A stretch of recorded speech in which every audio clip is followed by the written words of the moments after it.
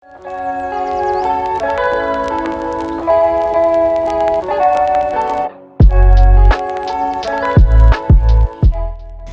semuanya, pernah dengar nggak sih isu-isu soal kesetaraan gender? Pasti pernah ya. Sebenarnya kesetaraan gender itu apa sih? Konsep kesetaraan gender merujuk pada kesetaraan penuh laki-laki dan perempuan untuk menikmati rangkaian lengkap hak-hak politik, ekonomi, sipil, sosial, dan budaya.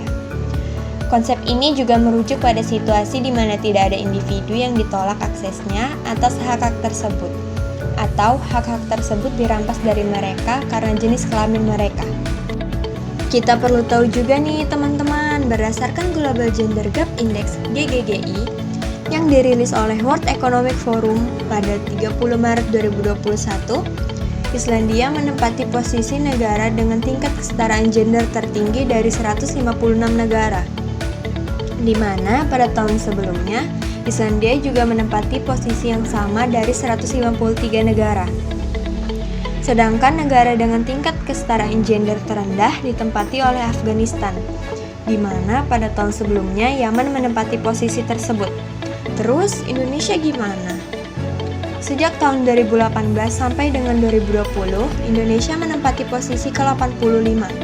Namun pada tahun ini Indonesia kembali turun ke posisi 101 dari 156 negara.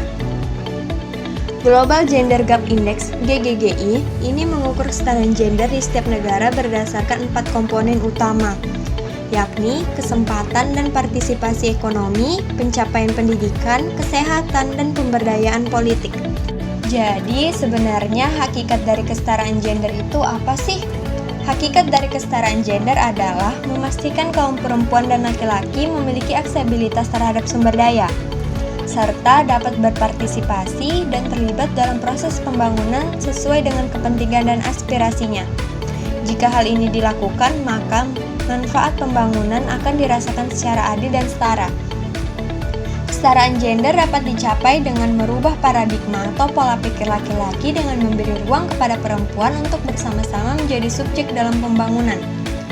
Untuk meningkatkan kualitas hidup perempuan, pada kenyataannya juga membutuhkan dukungan laki-laki. Begitu juga dengan laki-laki.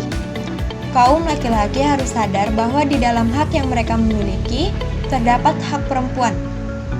Dalam keluarga dan masyarakat, perempuan juga seharusnya bisa didorong agar dapat memilih bidang studi yang didominasi laki-laki seperti matematika dan sains, karena bidang studi tersebut tidak mengenal gender. Kesetaraan gender tidak bisa dicapai dengan hanya memperkuat perempuan, namun juga harus mengubah perspektif laki-laki bahwa perempuan adalah manusia. Kita harus saling berbagi peran dalam mencukupi kebutuhan hidup yang merupakan kebutuhan setiap manusia. Karena masalah kekerasan seksual, perkawinan anak, keterbatasan akses, perbedaan upah, angka kematian ibu, dan stunting bukan hanya permasalahan perempuan, tetapi masalah kemanusiaan. Terus, apa sih solusi yang udah ditawarkan pemerintah sebagai upaya mempertahankan kesetaraan gender? Seperti yang disampaikan oleh Menteri Keuangan Republik Indonesia Sri Mulyani pada tahun 2019 lalu, pada GAP Pendidikan, pemerintah memberikan program Keluarga Harapan bagi keluarga miskin agar tidak ada alasan untuk anak perempuannya tidak bisa sekolah karena alasan ekonomi. Pada masalah kesehatan, pemerintah memiliki jaminan kesehatan universal Health Coverage untuk mengurangi angka kematian ibu dan bayi serta BPJS. Selain itu, program pendidikan anak usia dini PAUD agar anak laki-laki dan perempuan memiliki kesempatan yang sama untuk bermain dan belajar sesuai usianya. Pemerintah juga berusaha mengatasi masalah stunting atau kekurangan gizi.